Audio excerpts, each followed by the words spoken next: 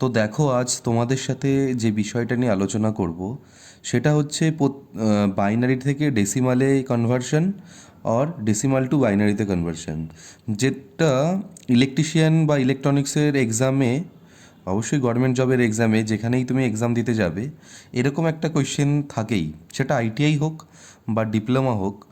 Normally এই দুটো এক্সামের ক্ষেত্রেই এইরকম একটা কোয়েশ্চেন কিন্তু তুলে দেয় এক্সামিনার। তো দেখো, আমরা এবার একটা এক্সাম্পল নিয়ে দেখছি। তো দেখো, এখানে আমরা নিয়েছি 10, সব বেসে আছে 10, এর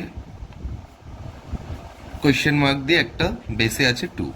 তো এই যে কোয়েশ্চেনটা আমরা দিয়েছি বা নিয়েছি এখানে, এখানে এই কোয়েশ্চেন থেকে আমরা কি বুঝতে পারছি যে এক্সামিনার আমাদের কাছ থেকে কি চেয়েছে। তো এক্সামিনার আমাদের কাছে এটাই চেয়েছে কি, ডেসিমাল থেকে বাইনারিতে কনভার্সন করতে বলেছে। তো এটা আমরা কি করে বুঝবো? সেটা চেনার সব থেকে সহজ উপায় যে এই যে নাম্বারটা আছে, এই নাম্বারের বেসে কি আছে, এখানেও যেটা আছে তার বেসে কি আছে। দেখো, এখানে যেটা আছে বেস আছে 10, আর এখানে যেটা আছে তার বেস আছে 2। তাহলে যেটা আমার কোয়েশ্চেন সেটা হচ্ছে, যেটা কোয়েশ্চেন তার নিচে যে বেসটা আছে, সেখানে যে বেসটা আছে সেটা হচ্ছে 10। তা 10 মিনস এটা ডেসিমালে আছে। এর মানে তোমার কাছে যে অ্যান্সারটা চাওয়া হয়েছে সেটা বাইনারিতে চাওয়া হয়েছে, এই জন্যে এর বেসটা কি আছে 2। তো 2 মিনস বাইনারি বেসে, আর বেসে 10 মিনস তোমাকে ডেসিমাল। তো করার শর্টকাট উপায় এইটাই কি, 1 থেকে শুরু করব, তাকে রাইট থেকে লেফট সাইডে যাব ডাবল করতে করতে করতে। তো 1-এর ডাবল কত? 2, 2-এর ডাবল কত? 4, 4-এর ডাবল কত? 8, 8-এর ডাবল কত? 16, 16 ডাবল কত? 32। কিন্তু এই যে রাইট থেকে লেফটের দিকে যাচ্ছি ডাবল করতে করতে, তো এই সময় আমাকে আরেকটা জিনিসও খেয়াল রাখতে হবে, আমার যে নাম্বারটা ডেসিমালে দেওয়া রয়েছে সেটা কত আছে সেটাকেও আমাকে কিন্তু খেয়াল রাখতে হবে।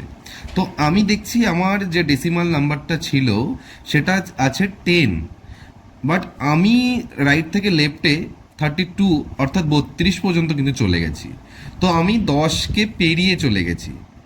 এইবার এখানে যে নিয়মটা হলো সেটা হচ্ছে, এই যে নাম্বারগুলো আমি বসিয়ে গেছি এই নাম্বার অ্যাড করে তোমাকে 10 বানাতে হবে। যে যে নাম্বারগুলো যোগ করে 10 সম্ভব সেই নাম্বারগুলো কিন্তু আমার নিতে হবে। তাহলে দেখো, আমাকে 32 দিয়ে নিশ্চয়ই 10 বানানো সম্ভব নয়, তাই জন্যেই 32 পর্যন্ত যাওয়ার প্রয়োজনই নেই, তার আগেই হয়তো আমার হয়ে যেত, কিন্তু আমি তাও 32 পর্যন্ত নিলাম।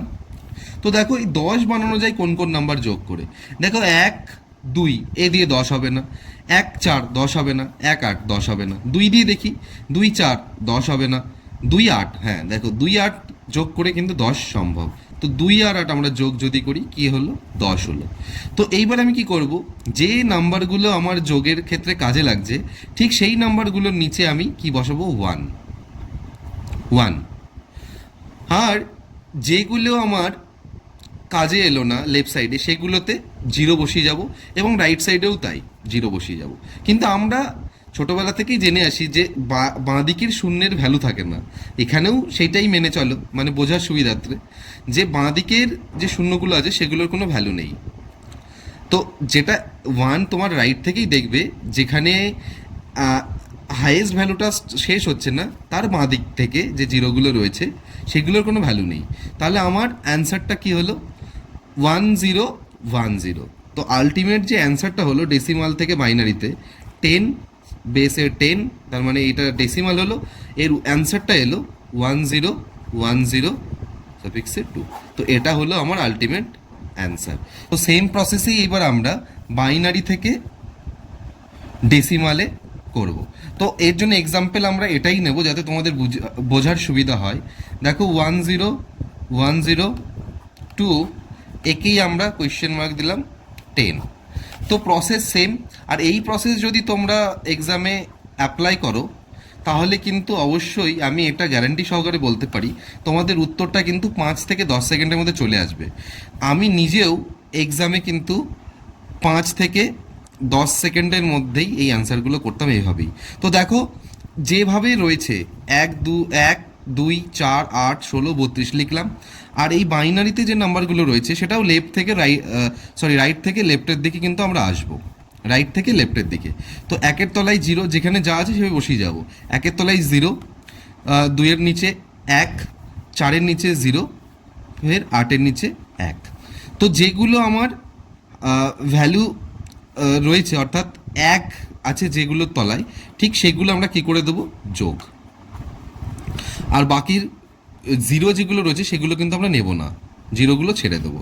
তো 1 যেগুলো ভ্যালু আছে সেগুলো যোগ করে কত হচ্ছে, 8 আছে, 8-এর নিচে 1 আছে আর 2-এর নিচে 1 আছে, যোগ করে কত হলো, 10।